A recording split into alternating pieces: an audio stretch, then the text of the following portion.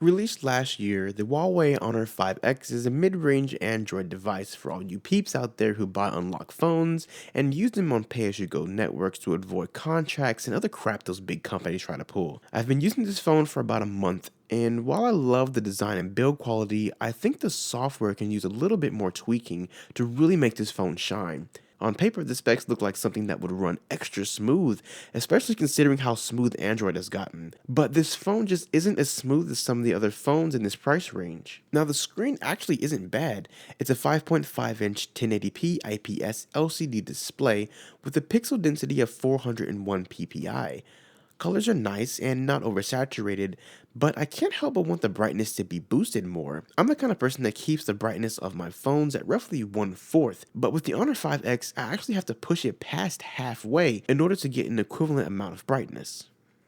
The 3000 milliamp hour battery is good enough to get me through a day's worth of on and off use, but it does take more than 3 hours for me to get that low battery red icon to a healthy shiny green icon, and that's when I charge with the 5-watt 1 amp charger that comes with it. To help with power consumption, the phone ships with a phone manager that actually will alert you of power hogging software and will optimize the phone for better performance. The Huawei Honor 5X is packed full of features. There's a decent fingerprint scanner located on the back that actually has support for extra gestures when the screen is on. I will say when you're recording your fingerprint though, make sure you get all of your finger on it, or at least the parts of your finger that matter the most when you're trying to unlock your phone, because it is a little finicky about registering fingers, but when it registers my finger, it's very quick. The fingerprint gestures allow you to go back, to go home, to open up your recent apps, and to pull down the notification drawer, but I usually keep it off because I rest my finger on the sensor. The 13 megapixel f2.0 Sony sensor located on the rear of the camera is exactly what you would expect from a phone like this. It's not mind-blowing, but for the full price of $199 unlocked, it's just fine. The camera supports a wealth of features too, like beauty mode for selfies, a food mode, HDR that actually works, panorama, and a Litro-like refocus mode. And you can even take a photo and record a 10-second voice memo to go along with that photo. It also does full HD video at 30 frames per second and has the ability to track certain objects to try to pull focus and exposure.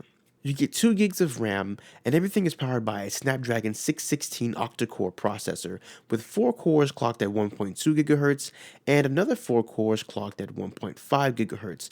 There's also an Adreno 405 GPU on board. There's also a ton of slots on this phone, a micro SD card slot that has support for up to 128 gigs, a nano SIM card slot, and a micro SIM card slot. And I like the fact that this phone does have support for both nano and micro technologies, and it's worth noting that it's not one or the other. You can use both slots at the same time. So yes, on paper this phone sounds fantastic. I would just like the software to be tweaked more. The phone ships with Android 5.1.1, but you can and should upgrade to Android 6.0. The skin Huawei uses is abbreviated EMUI, and it stands for Emotion UI. Now, I'm not really a fan of it. Sure, it has a lot of customization options that do come in handy, but I would like something a little bit closer to the stock Android experience for both performance and design. Emotion UI is just not as smooth and well put together as stock Android or other near stock Android phones that I've used. To be fair, the phone has gotten much better with all the latest updates, but I can't help but want more. Now, what turns me off from Emotion UI is the slight glitchiness you get in performance and the fact that Emotion UI has an identity crisis. It's trying to be iOS and Android all in one, and it just doesn't work for me. There's no launcher out the box.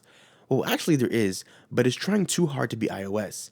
Apps just sit on the home screen and are sorted through a bunch of pages. I mean, there's a reason I use Android phones instead of an iPhone. Luckily, you can download and replace the launcher with a new one, but good luck trying to find where you change the option in the settings. Also, the lock screen is iOS inspired, and it doesn't allow you to throw away notifications because swiping them actually opens them up. And you actually have to dig in the settings in order to enable the notification shade to be accessed in the lock screen. This phone actually doesn't really play nicely with Chromecast either. I don't know if it's the optimization of the software or if it's a lack of RAM, but when I cast apps and begin to multitask in Chrome for a bit, I lose the ability to play and pause what I'm casting from the notification drawer, and the app actually has to restart upon returning to it. This generally doesn't affect what's playing on my TV, but it's just annoying. I personally paid $119 for this phone, and based on the build quality and design, it's totally worth it even at full retail. I love the sunset gold color.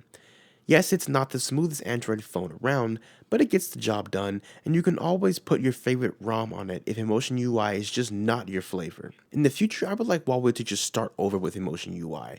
Yes, they say imitation is the greatest form of flattery, but when you're imitating one of the greatest tech companies in the world, you better bring your A game.